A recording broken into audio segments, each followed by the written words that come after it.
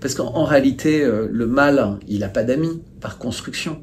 Il n'a que des pions qu'il utilise sur le chemin. Genocide in relation to the Palestinians in Gaza. Mais il faudrait résumer le problème sans rentrer trop dans les détails. Столетиями набивать брюхо человеческой плотью, а карманы деньгами. Но они должны понять, что бал вампиров заканчивается.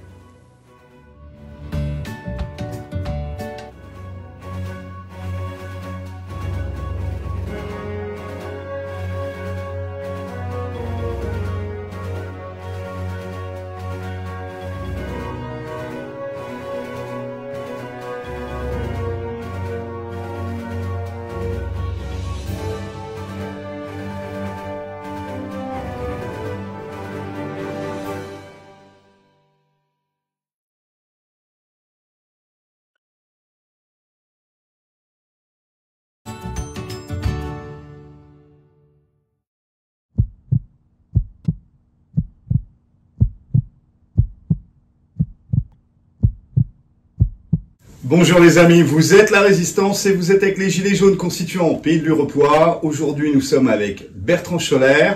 Bonjour citoyens, et nous allons parler du mandat impératif et révocatoire. Bertrand Scholler est-il un vilain communard? On t'a entendu prendre position publiquement à la caméra sur le mandat impératif et révocatoire.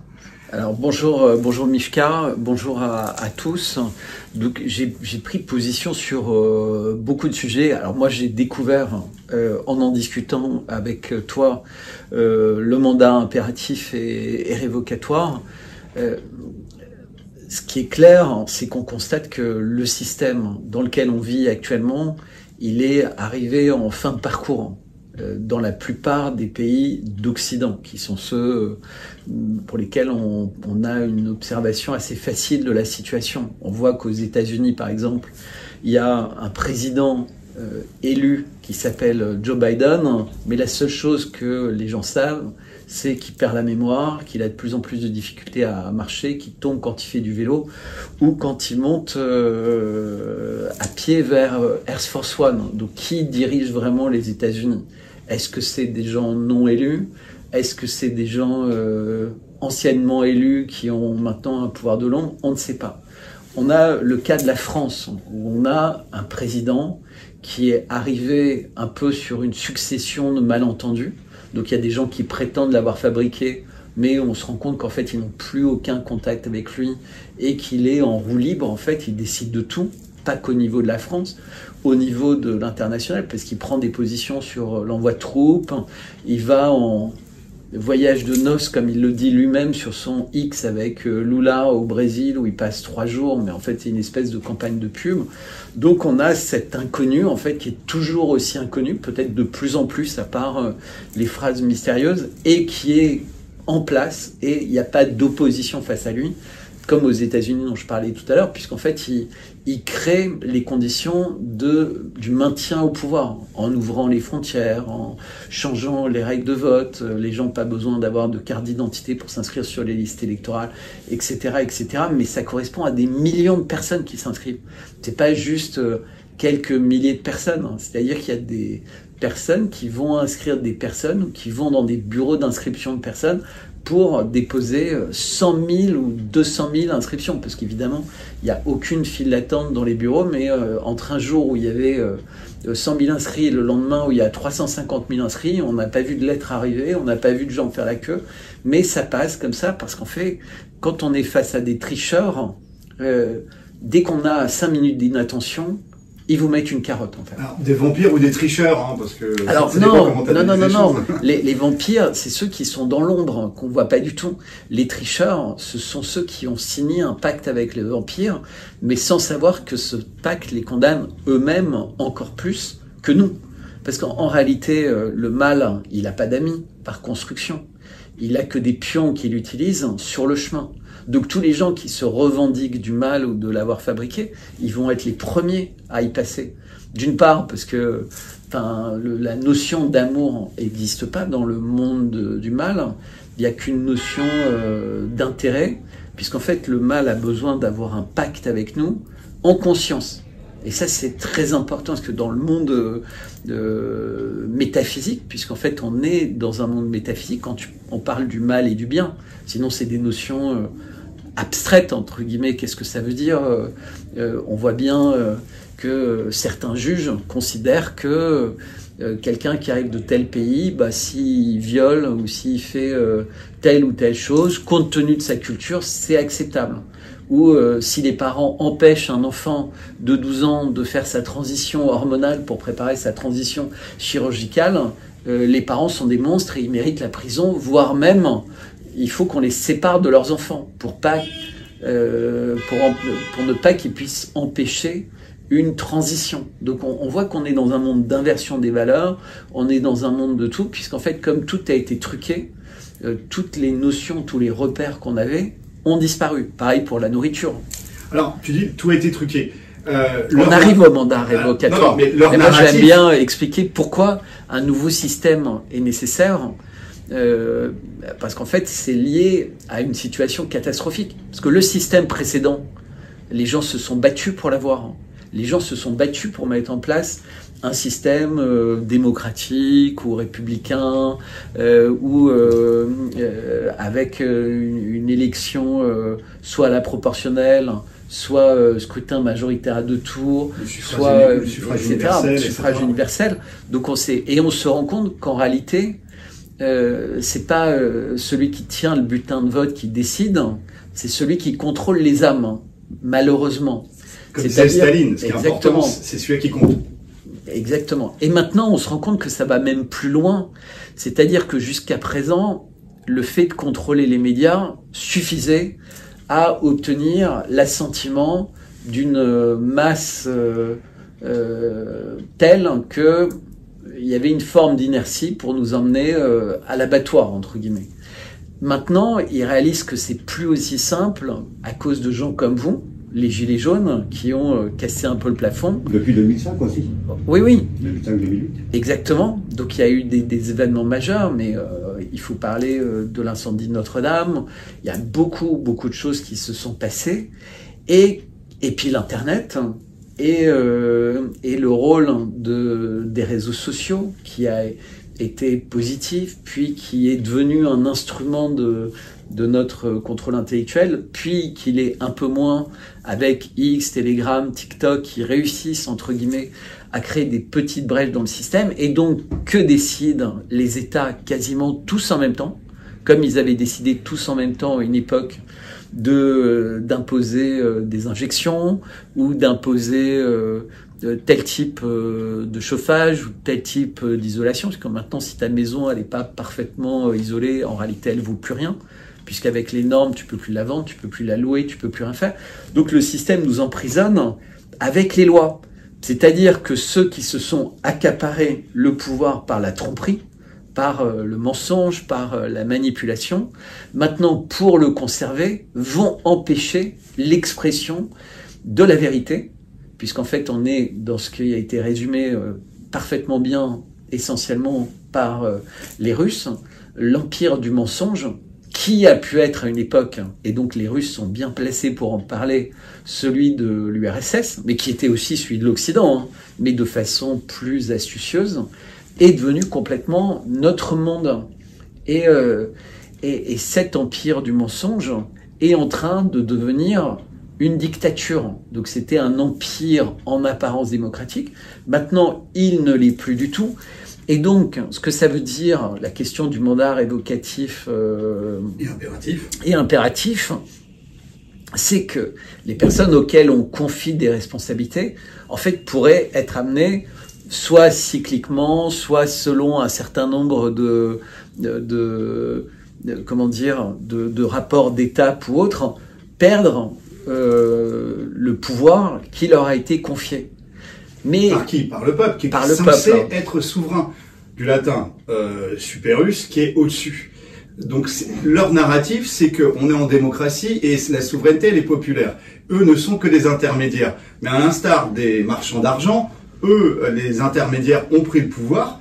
Et finalement, on a, toi, en tant que citoyen, bulletin de vote, pas bulletin de vote, tu n'as aucun pouvoir matériel pour faire descendre quelqu'un qui t'aurait trompé sur des belles paroles. On pense par exemple à certains présidents qui ont vendu des réserves d'or de la France en dollars, en papier PQ, dollars américains.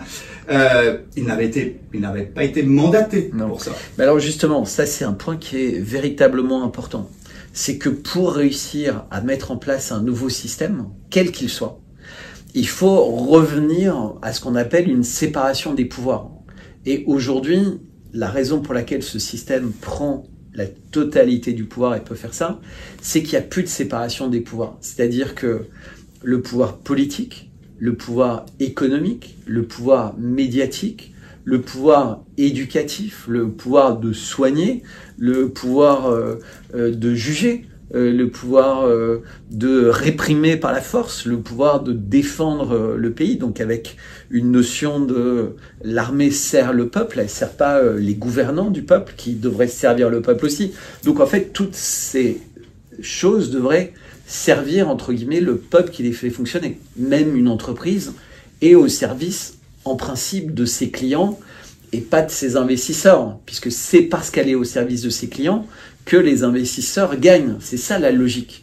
Et c'est pour ça, par exemple, qu'un certain nombre de patrons ayant compris ça, se sont mis à instaurer les congés payés, puisqu'en fait, ils ont réalisé qu'il y avait aussi un équilibre à trouver dans l'entreprise entre ceux qui font le travail, ceux qui apportent l'argent et ceux qui dirigent, entre guillemets, les cadres, pour ainsi dire. Et après, il faut que les clients y trouvent leur compte, pas qu'on leur impose quelque chose dont ils n'ont pas envie.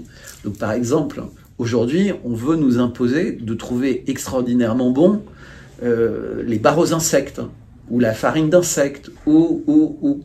Et donc pour ça, tu as tout qui est mis en place, la lutte pour le climat, l'incapacité de contrôler la chaîne alimentaire. Donc il nous explique qu'en réalité il y a des arnaqueurs partout, donc la viande c'est devenu dangereux et les vaches pètent, etc. Donc bref, ils font tout pour nous donner envie de prendre quelque chose qui n'a pas d'intérêt pour nous. C'est-à-dire quand tu te balades dans une rue comme Paris, 80% de ce qui est dans les boutiques n'a aucun intérêt pour toi. Mais on crée un besoin qui n'a rien à voir. Donc les mêmes gens qui nous disent attention au climat, ils nous poussent à la surconsommation, parce que cette surconsommation nous pousse à être l'esclave du système, c'est-à-dire qu'au lieu d'avoir de la liberté, au lieu d'avoir du temps libre, on a besoin de consommer pour exister, alors qu'en fait, non, on a besoin d'exister pour consommer. Et pour consommer ce qui nous permet d'exister. Donc ça, c'est le système vertueux. Donc souvent, je parle des abeilles, mais les abeilles sont dans un système hyper vertueux. C'est-à-dire que tout ce qu'elles font a une utilité à l'échelle globale et à leur échelle individuelle. Elles ne font rien qui est inutile ou vain. Nous, en fait, l'espèce humaine ne fait plus que de l'inutile ou du vaniteux. Et le vaniteux va au point où on veut se transformer pour des dieux. Ce que j'essaie de dire, c'est que changer un système, quel qu'il soit, sans rechanger la mentalité des gens, la mentalité des générations, la mentalité des profs à l'école avec le LGBT+, etc., etc., sur l'homme et un dieu, on peut toucher à l'ADN, on peut toucher à l'ARN, on peut toucher au genre, enfin, toutes ces choses-là sont complètement aberrantes. Aberrantes. Alors là, juste pour revenir, dans l'entreprise, le mandat impératif et révocatoire existe déjà. Tu as ta mission, tu la fais pas, tu vas être sanctionné ou tu vas être viré de l'entreprise. Alors, ce qui est quand même assez dingue, c'est que ça existe dans l'entreprise. On voit et on constate, on juge un arbre par ses fruits, que le mandat représentatif, et actuellement le système fonctionne avec le mandat représentatif. Le mandat impératif et révocatoire est nul, c'est écrit dans la Constitution 58, c'est l'article 27. On voit bien que ce mandat représentatif, c'est un chèque en blanc à la corruption, aux corrompus. Notre ennemi intérieur, tout le monde est plus ou moins corruptible, directement ou indirectement, sur ses enfants, sur son travail, ou directement la mallette d'argent. mais aussi aux puissances Alors, corruptrices. il faut quand même, juste je vais revenir un petit peu en arrière, parce que c'est important d'avoir ça en tête, mais vraiment. C'est-à-dire que on sait très bien qu'il y a une grande différence entre des grandes multinationales internationales, des grandes entreprises nationales, des PME et des toutes petites entreprises. Quand tu es une petite entreprise, le mandat révocatif, impératif pour tes salariés est hyper compliqué. Parce que si ton salarié est défaillant, etc., il est possible qu'il connaisse toutes les ficelles du système pour te pourrir la vie et éventuellement détruire ton entreprise. C'est-à-dire que dans notre système, en apparence, qui permet ça aux entreprises, en réalité, il ne le permet qu'aux grandes entreprises qui peuvent faire des chèques, qui peuvent mettre la personne dans le placard, qui peuvent, et ils s'en foutent d'avoir 2 ou 3 ans de procès ou de procédure. Le chef d'entreprise d'une petite entreprise ne peut pas permettre ça. Donc, dans les entreprises, c'est un exemple à prendre avec précaution parce que c'est un système qui permet de tuer toutes les petites et les moyennes entreprises. C'est-à-dire tout ce qui est proposé, en fait, par le MEDEF, par les lois dans tous les pays du monde, n'est fait que pour une chose, c'est que le monde soit contrôlé par d'immenses entreprises. Et donc, le système, à la limite américain, qui est très décrié entre guillemets chez nous, mais qui permet d'aller beaucoup plus vite dans le système, il est très flexible, parce qu'en fait, les employés n'ont plus peur de partir, de revenir, etc. Parce que justement, tout le monde accepte ce système. C'est-à-dire que si on veut le mettre en œuvre politiquement, il faut aussi complètement changer les normes qui ont été mises en place chez nous, dans ce système qui est complètement gangréné et qui, à l'insu de notre plein gré, tue ce tissu de petites entreprises qui est le lien social, qui est l'intérêt, etc. Les gens disent, de richesse, créateurs de richesse. Tu remarques hyper vite que la grande distribution, qui est main dans la main avec les multinationales de produits, etc., ils ont complètement détruit, entre guillemets, le petit commerce. Et ça s'est accéléré avec la période du Covid, parce que maintenant, tu as Uber Eats, la grande distribution, Amazon, enfin toutes ces boîtes-là, et tu te balades dans les rues d'une ville, et les magasins ferment à vitesse grand V. C'est-à-dire que... et pourquoi ? Parce que en parallèle, tu as les 35 heures ou les 39 heures, où tu n'as plus la possibilité d'avoir une relation avec tes employés. Et donc, ce qu'il faut bien imaginer, c'est que ils ont fait du système comme un jeu de Mikado, quelque chose où quoi que tu touches, en fait, tu vas renforcer le système. Parce qu'ils vont dire, attention, tu touches à ça, tu fragilises les plus malheureux, et donc on va renforcer. Et tout le monde trouve ça joli, parce que en fait, on pense aux grandes entreprises, mais on se rend pas compte qu'en fait, on abîme les petites entreprises. Enfin, tu vois, les choses sont des pièges. Donc, et c'est pour ça que la phrase de Poutine est si importante, c'est-à-dire que la clé d'abord, c'est de supprimer des postes à responsabilité, des postes de décision, des postes de manipulation, les vampires en fait, tous ces gens qui sont à l'ombre du système, qu'on ne voit pas depuis des centaines d'années, et qui ont mis en place de façon très industrialisée les outils de notre esclavage. Parce qu'en réalité, moi je me rappelle, ça m'a marqué, j'avais fait un stage ouvrier en Angleterre, et pendant mes études, et les ouvriers, ils ne bossaient que pour faire exactement ce qu'on leur avait demandé de faire. Ils n'essayaient pas d'avoir une réflexion sur comment faire mieux ou moins bien parce qu'ils s'en foutaient. Ils n'avaient pas de respect pour leur job, ils n'avaient pas d'amour pour leur job, ils n'avaient pas d'intérêt pour leur job. En revanche, ils étaient contents, parce que le système anglais était payé toutes les semaines ou tous les 15 jours, d'avoir à la fin de la semaine leur enveloppe avec leur salaire, qu'ils allaient dépenser en bière, en partie de fléchettes, en partie de billard, et rebière, remachin pendant le week-end, plus le match de foot, pour oublier leur semaine de merde. Et donc on a un système qui nous rend esclaves, mais qui de temps en temps tu sais, c'est les jeux du cirque. Nous donne un peu de pain et un peu de plaisir le week-end pour accepter d'être de nouveau esclaves la semaine d'après. Et donc, tout est comme ça. C'est-à-dire, comme les maires travaillent, on crée des trucs de bus, puis un jour on supprime les bus, donc les gens doivent aller dans la ville de 15 minutes parce que l'essence c'est trop cher, parce que le service de bus, non, c'est pas écologique. Et donc, en fait, tout nous amène dans un piège. Les parents peuvent plus s'occuper des enfants, les grands-parents ont plus le droit peuvent plus trouver les herbes, tous les conseils qu'ils donnaient. Le miel, je reviens au miel. Il est pourri partout, donc c'est super mauvais, c'est pas du vrai miel, donc c'est mauvais pour les diabétiques, c'est mauvais pour tout le monde. Parce qu'en fait, les mots même, les étiquettes sur les choses sont mensongères. On veut nous faire manger de la viande synthétique. Tu sais comment elle est fabriquée, la viande synthétique ? À base de tumeurs. C'est-à-dire qu'en fait, ils font fabriquer par les machines des tumeurs. Et c'est comme ça qu'en fait, ils réussissent à faire des centaines de tonnes de viande. Et les gens vont manger ça. Et après, on s'étonnera dans 10 ans qu'il y ait de nouveau une vague de cancer et une vague de machin et une vague de trucs.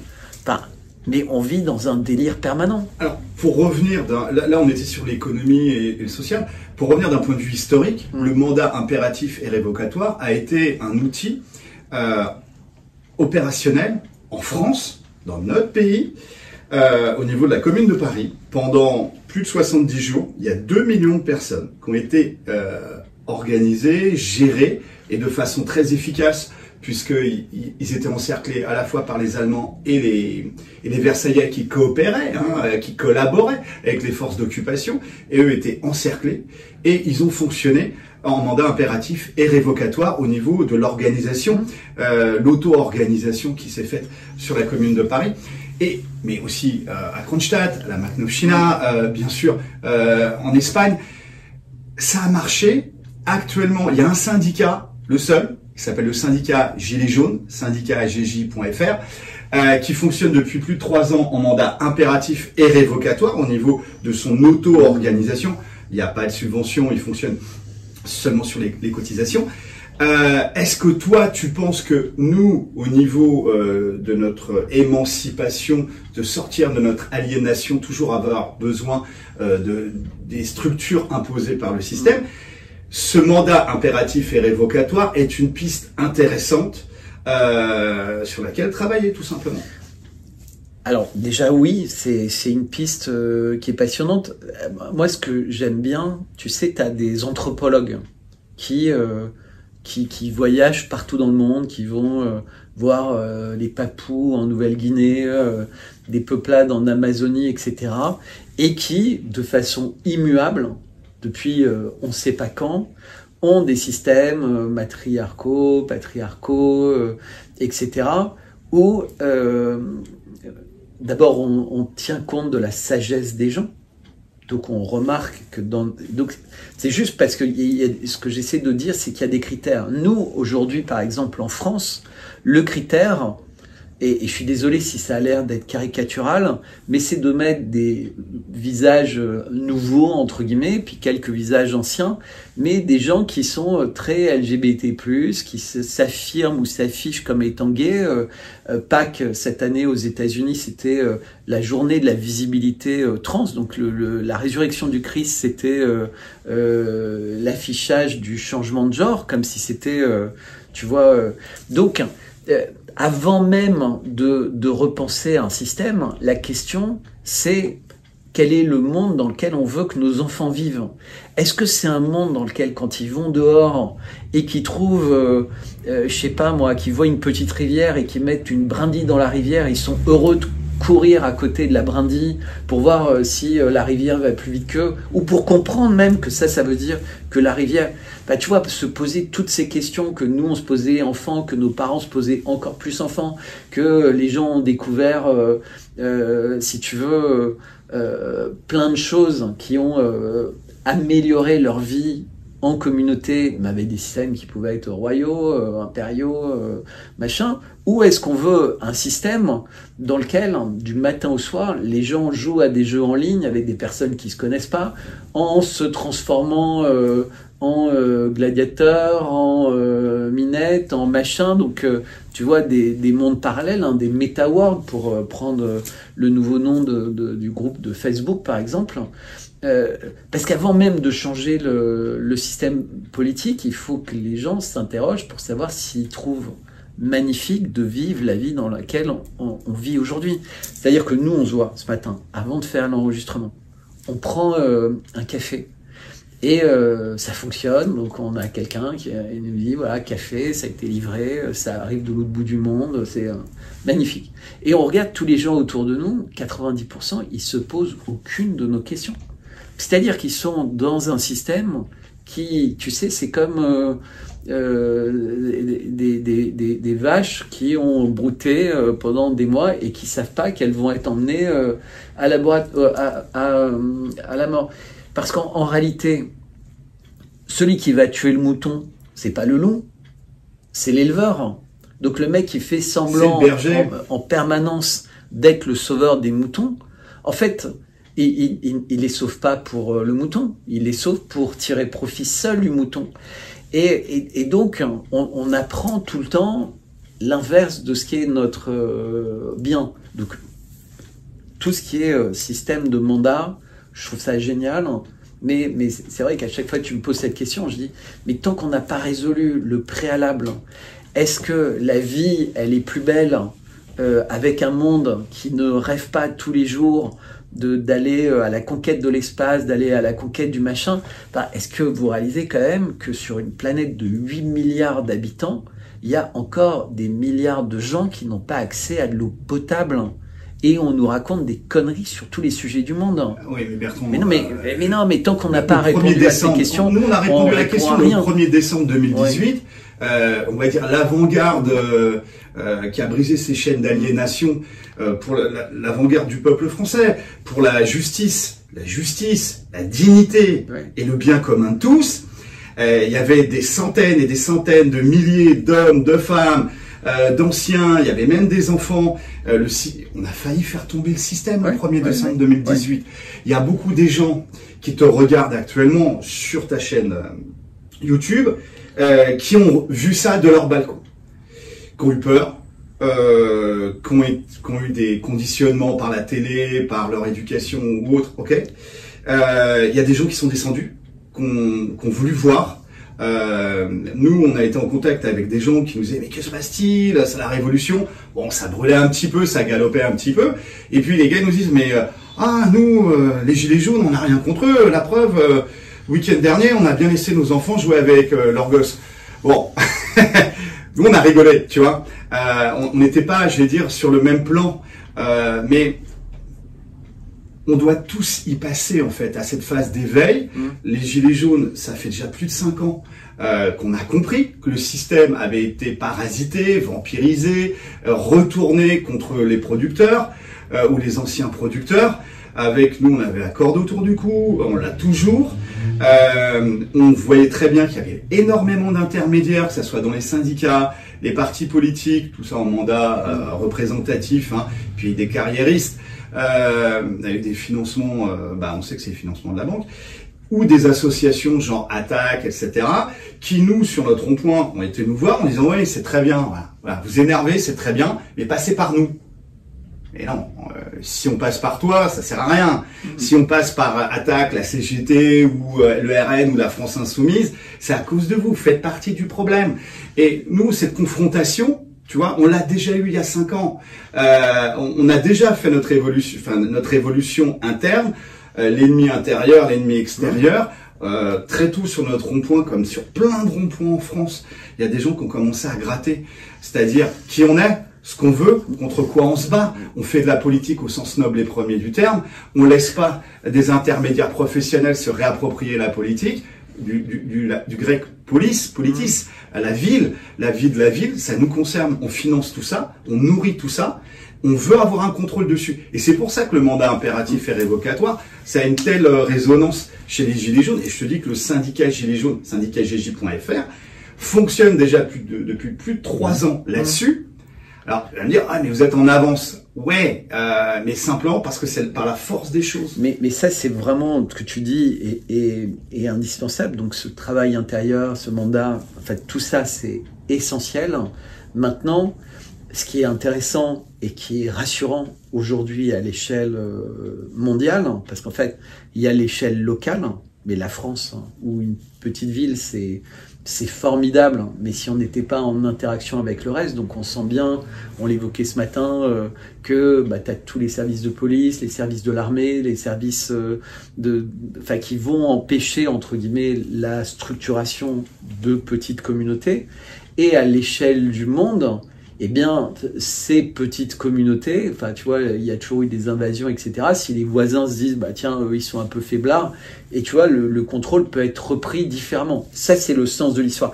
Mais ce qui se passe, qui est magnifique aujourd'hui, c'est que dans les plus grands pays du monde, les plus malsains, à part en France, il y a une opposition où des gens qui sont au pouvoir et qui ont la même vision, entre guillemets, que les Gilets jaunes.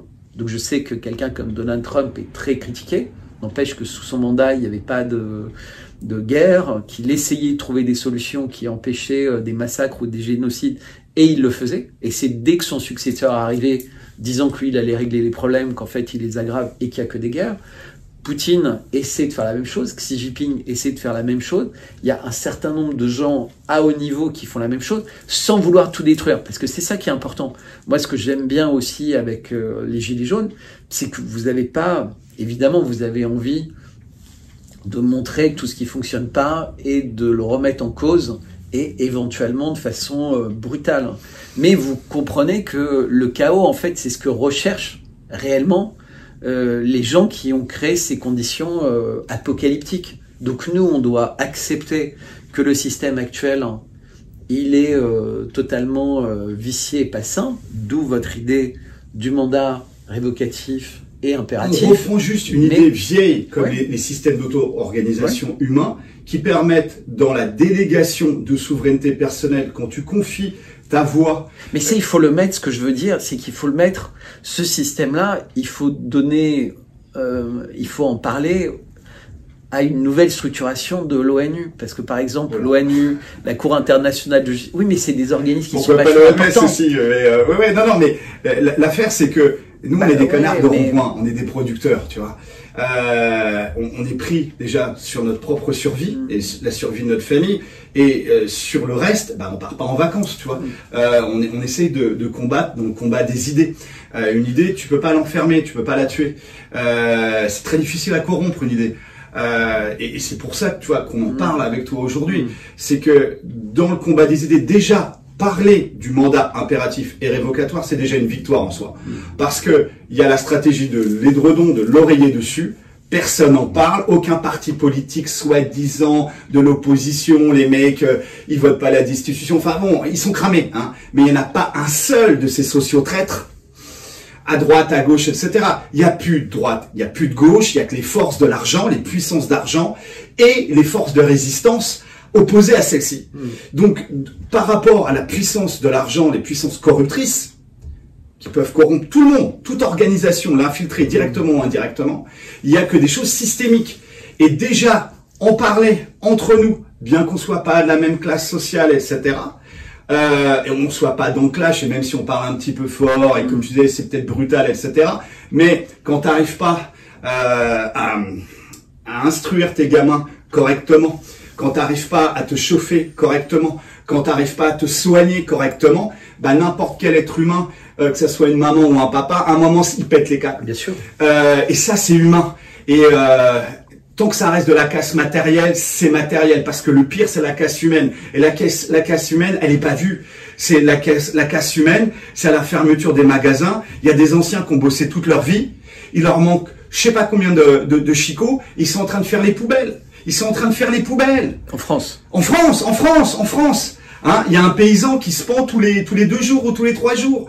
Il y a un employé de France Télécom, de banque ou de je sais pas trop quoi, qui est poussé à bout et en manque de sens, poussé par sa hiérarchie des N+1, N+12. Et le gars va se suicider, va faire une tentative, et va endeuiller sa famille et répandre la souffrance. Donc cette souffrance-là, ça a déjà pété. Alors, Ça va revenir, tout le monde dit les gilets jaunes vont revenir.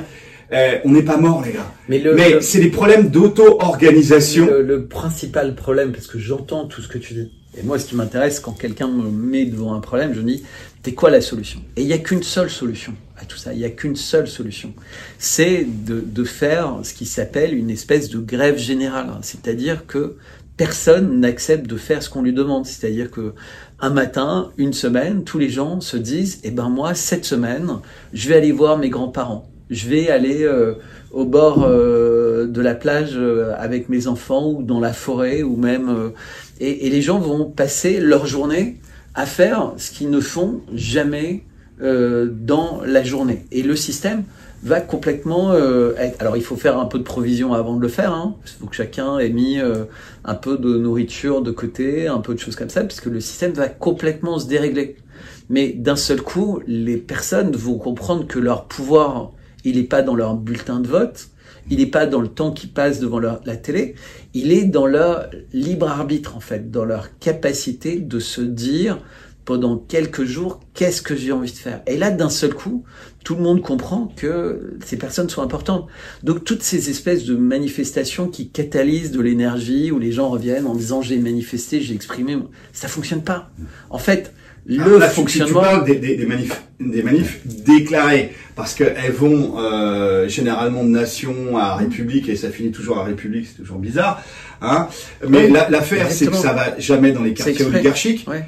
Et tu sais très bien que sur la période insurrectionnelle des Gilets jaunes, jusqu'à à peu près le 16 mars 2019, le système a eu extrêmement peur parce que au niveau des déclarations, c'était rendez-vous sur les champs déjà, quartier oligarchique, à côté de l'Élysée, à côté de toutes les ambassades, etc. Le siège de McKinsey est sur les champs.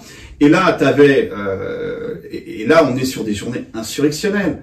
Ils n'ont jamais lâché autant d'argent que quand il y avait ces journées insurrectionnelles. Tu sais très bien, on a réussi à avoir plus que la CGT, avec les manifs ballons, buvettes, musique pour que les gens puissent pas se parler, ces spectacles de rue, hein, pour catalyser en fait la colère. Mais je comprends ton analyse sur ces manifestations de rue. Mais là, c'est autre chose. Je te parle des journées insurrectionnelles. En fait, ce que j'essaie de dire, moi, ce qui m'avait paru passionnant avec les Gilets jaunes, c'était ça qui était la deuxième couche d'une première couche qui était les ronds-points. Bien sûr. Et ce qui était intéressant dans les ronds-points, c'était ce dont on parle souvent ensemble, c'est le côté planter des graines. C'est-à-dire que faire confiance et faire comprendre aux personnes qui passent dans le rond-point que d'une part, cette douleur qu'ils ressentent à perdre du temps pour aller dans leur job, etc., c'est un service qui leur est rendu. Donc ces blocages, en fait, sont des choses qui sont faites pour très libérer. Blocage. Non, mais c'était presque dommage. Parce qu'en fait, le système de la société de consommation, la seule chose qu'il n'aime pas, c'est d'être bloqué. C'est les grains de sable. Et tant que les personnes ne comprennent pas ça, ça ne fonctionne pas.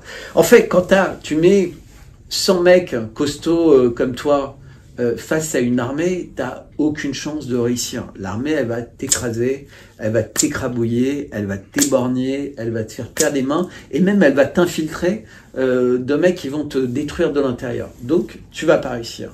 Mais quand tu fais germer dans un pays entier des gens qui vont devenir des grains de sable pour les rouages du système, qui vont arrêter de mettre de l'huile là, des gens dans des administrations qui vont perdre 3 documents sur 10. Des gens qui vont faire que rien ne va plus fonctionner comme ça devrait fonctionner. Des mecs qui sont dans les systèmes de contravention et qui vont cracher des ordinateurs, etc., etc. Là, tu commences à gagner. Là, tu commences à gagner parce que tu as des gens qui comprennent qu'en réalité, le système nous met des virus à l'intérieur de nous-mêmes, mais que nous, on peut mettre des virus à l'intérieur du système. Alors, justement, pour rebondir là-dessus, tu te souviens de l'interview de Martinez, qui était alors le patron de la CGT, et il y avait une journaliste qui n'avait pas été suffisamment coachée apparemment, et qui lui pose la question à surtout pas poser. Alors, la grève générale, c'est pour quand ? Et là, c'était pas prévu. Martinez, il devient blanc comme une merde de laitier et il dit non, mais là, c'est pas possible, ça se fera pas. Et pourquoi ? Non, c'est mort. La piscine. Voilà, il y a piscine, il y a water poney. Mais il n'y aura pas de grève générale par les structures syndicales actuelles. Le système, et je répète ce que je dis, c'est vachement important.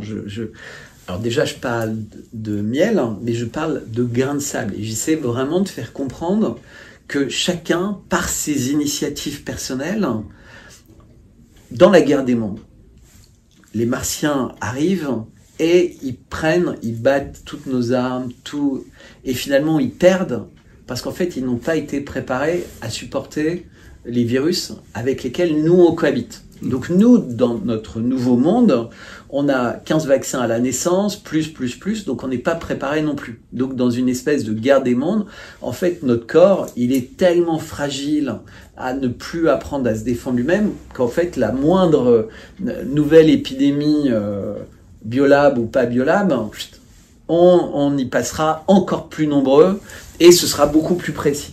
Et donc, mais nous sommes les pires virus du système qui veut nous détruire. C'est-à-dire qu'individuellement, on peut faire ça. On peut réussir. Donc, on ne doit pas réussir en disant ce qu'on fait, c'est chacun doit se demander ce qu'il est capable de faire et qui va faire du mal à ce système qui détruit notre âme, qui vampirise toute notre énergie vitale.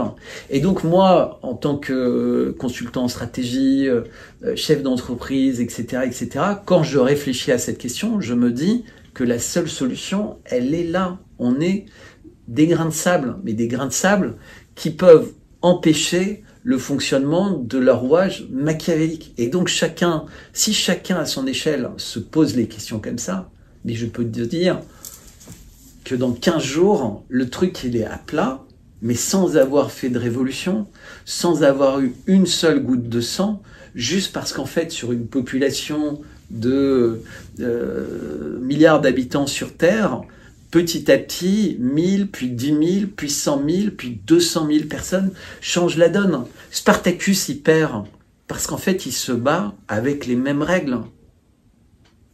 Tu ne gagnes jamais avec les règles que t'impose l'adversaire le plus puissant. Tu dois changer de règles. Tout à fait. Mais au niveau d'un point de vue pratico-pratique, les amis, intéressez-vous au syndicat AGJ, syndicatgj.fr. Ils apportent depuis 3 ans le combat des Gilets jaunes. Ils ne veulent pas m'écouter. Non, si, pour la justice, la dignité, le bien commun de tous, au sein du monde du travail, où on passe normalement plus de 8 heures par jour, sur ces principes-là. Et donc, quand tu parlais de grain de sable, ça peut être aussi un grain de sable, parce que le grain de sable, c'est pas la structure de la CFDT, de FO ou de la CGT. C'est la base de la CGT, de FO et de la CFDT qui a été cocufiée. Donc les gars, intéressez-vous à ces systèmes d'auto-organisation qui éclosent là au niveau du syndicalisme avec le syndicat AGJ.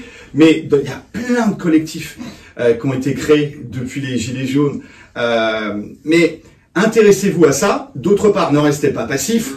Parce que même d'un point de vue énergétique, tu peux pas. Je vais redire quelque chose qui est important par rapport à ça. C'est qu'au-delà de personne n'a véritablement envie de saboter, parce que les gens auxquels on s'adresse sont des gens qui aiment la vie, qui se respectent, qui aiment la vérité. Le bien commun. Mais commencer déjà à dénoncer.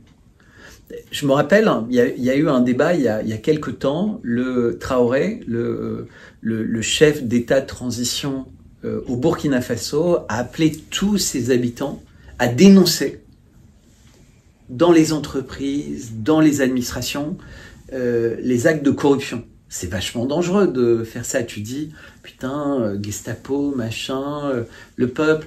Mais il a expliqué, en fait, c'est que le système, une fois qu'il est pourri, totalement pourri, si tu ne demandes pas aux survivants à cette putréfaction, c'est-à-dire les gens qui aiment toujours leur pays, qui aiment leur prochain, de se battre contre cette putréfaction, parce que ce serait sale. Mais tu laisses la gangrène s'installer et tout le monde va y passer. Et donc il faut véritablement accepter l'idée qu'on doit individuellement se salir les mains pour sauver ce qui est beau. Tout à fait. Quand on prend la Bible, par exemple, et cette scène qui me tient vraiment à cœur, des marchands du temple. Mais Jésus-Christ, dans la scène des marchands du temple, il devient violent. Il casse tout. Il prend un fouet, il balance les tables. Ce que tu reprochais tout à l'heure aux Gilets jaunes. Mais non, mais je reproche pas. Mais non, mais je reproche pas. J'expliquais qu'en fait, chacun a son rôle. C'est-à-dire que moi, si tu me demandes de parler, c'est pour me demander ce que je peux dire de mieux. Donc moi, je dis ça. Mais je comprends que d'autres personnes aient besoin de faire d'autres choses. Moi, il y a plein de personnes qui me disent « Mais Bertrand, t'es trop violent, t'es trop frontal, t'as pas peur, prends soin... » Mais en réalité, si je le fais pas, en mon âme et conscience, c'est ce que je fais, en mon âme et conscience, c'est pas ça, puisque c'est ça que j'ai envie de faire. C'est ça que je ressens de faire tous les jours. Mais ça veut dire que j'accepte d'être complice du système, que je suis dans la compromission. C'est-à-dire qu'en fait, les limites que le système m'impose pour l'expression de ce que je pense être le bien commun et l'intérêt supérieur, bien supérieur au mien, bah, je le mets de côté parce que j'ai peur. Mais c'est parce que depuis des générations, on fait ça qu'on en est là. C'est-à-dire qu'il y a beaucoup de gens avant toi, avant moi, nos parents, nos grands-parents, etc., qui ont ressenti qu'il y avait quelque chose qui se passait qui était pas bien. Mais il y avait les 30 glorieuses, on pouvait partir en vacances, on pouvait acheter une voiture, il y avait tellement de choses qui étaient bien par ailleurs que, tu sais, c'est l'herbe est peut-être pas plus verte ailleurs, mais c'est par ces petites dérives, petit à petit, qu'on en arrive là. Et pourtant, on pouvait les observer, les dérives. Mais il y avait suffisamment de bien. Et c'est vrai encore aujourd'hui. C'est-à-dire que il y a toujours la possibilité... Dans la classe bourgeoise. Mais dans toutes les classes. Hein. Sauf que, en réalité, les choses sont en train de se précipiter. Quand ton frigo il est vide le 15, honnêtement, il n'y a plus de vacances, il n'y a plus rien. Ah, bien sûr. T'es déjà dans le dur, t'es déjà en survie. Et forcément t'es radical et ça peut être très brutal avec tes oppresseurs. Donc, fin de la première vidéo, ok. Donc, moi je vous regarde, je vous dis, soyez les grains de sable. Soyez les grains de sable. Ah oui. Dénoncez les marchands du temps, dénoncez les tricheurs. Faites en sorte que si vous êtes acteur de quelque chose qui vous paraît malsain, eh ben... vous savez, la grève du zèle, parfois dans une énorme usine, 3 personnes peuvent bloquer 10 millions. Donc pour le bien, le beau, le vrai, justice, dignité, bien commun de tous. Et le monde impératif et révocatoire. À chacun de faire sa part. Être le petit colibri. Exactement. Ouais. Force et honneur les amis, on lâche rien. À très bientôt.